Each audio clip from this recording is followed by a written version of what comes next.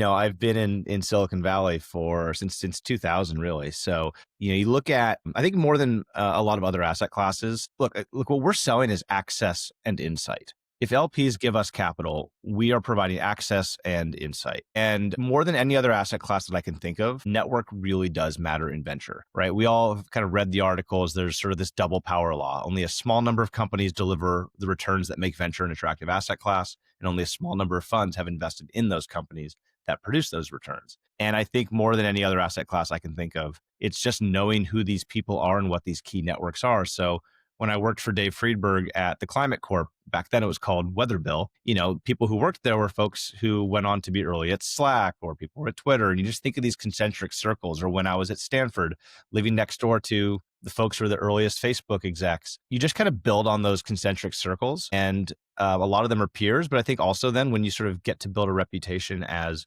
being a LP in these funds and focusing on these operator-led funds, oftentimes our managers, of course, introduce us to their peers who are then launching their own funds.